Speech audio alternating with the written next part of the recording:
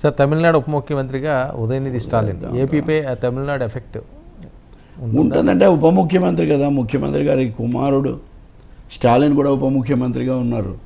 So ఇప్పుడు లోకేష్ ముందుకు వస్తారు కదా. అవును.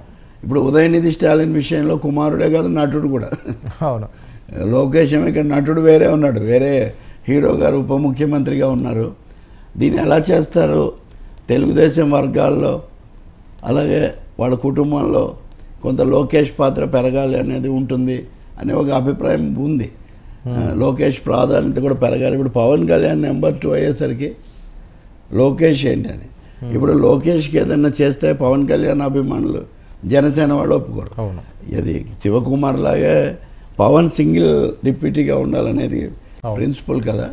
కానీ తప్పకుండా మీరు మంత్రివర్గాన్ని కూడా చూస్తే ఇటు పవన్ కళ్యాణ్ కూర్చొని ఉంటాడు, ఇటు ఈయన కూర్చొని ఉంటాడు లోకేష్. అది ఇప్పుడు అరేంజ్మెంట్, ఆయన 1 వీళ్ళిద్దరు 2 అని.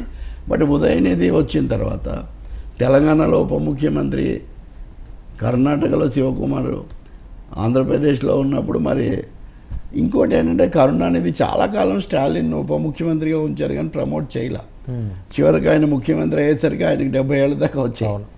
కాబట్టి కొంచెం తొందరపడాలి, లోకేష్ని ప్రమోట్ చేయాలని భావించే శక్తులు కూడా పార్టీలో ఉన్నాయి.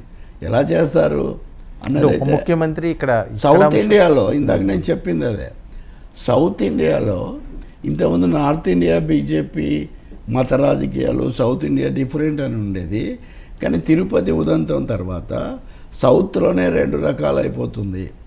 సనాతన ధర్మం మీద తప్పు వద్దు అని చెప్పే ఉదయనిధి స్టాలిన్ అక్కడ ఉప ముఖ్యమంత్రిగా ఉంటాడు. సనాతన ధర్మాన్ని సంరక్షించాలి, బోర్డు పెట్టాలని చెప్పే పవన్ కళ్యాణ్ ఇక్కడ ఉప ముఖ్యమంత్రిగా ఉంటారు. ఇంకోవైపు లోకేష్ కూడా ఉంటారు.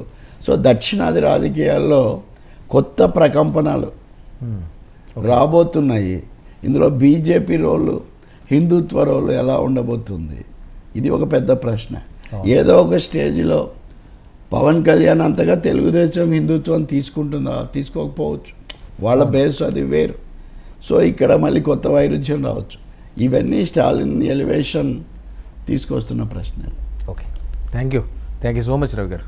ఇది ఈనాటి frankly with Talapalli. Stay tune to 9 News.